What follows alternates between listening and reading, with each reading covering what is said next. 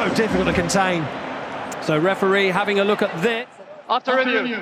বন্ধুরা, আর্জেন্টিনা বনাম মিশরের ম্যাচে সবচেয়ে বড় বিতর্ক জন্ম দিয়েছে দুটি সিদ্ধান্ত। অনেকেই প্রশ্ন করেছেন, মিশরের গোল যদি বাতিল হয় তাহলে আর্জেন্টিনার গোল কেন বহাল থাকলো। আসুন বিষয়টি সহজভাবে বুঝে নেওয়া যাক। প্রথমে মিশরের বাতিল হওয়া গোলের কথা।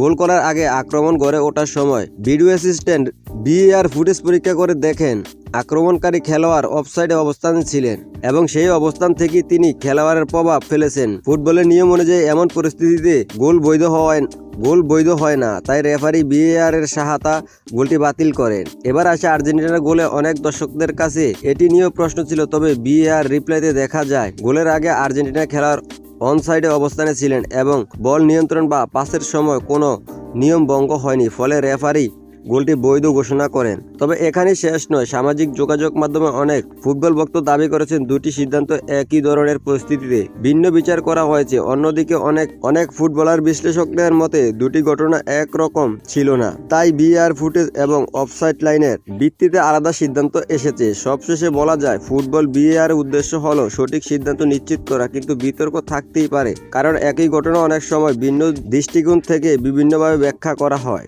আপনার কি মনে হয়, মিশরের গোল বাতিল করা কি সঠিক সিদ্ধান্ত ছিল, আর আর্জেন্টিনার গোল কি পুরোপুরি বৈধ ছিল? আপনার মতামত অবশ্যই কমেন্টে জানাবেন। ধন্যবাদ।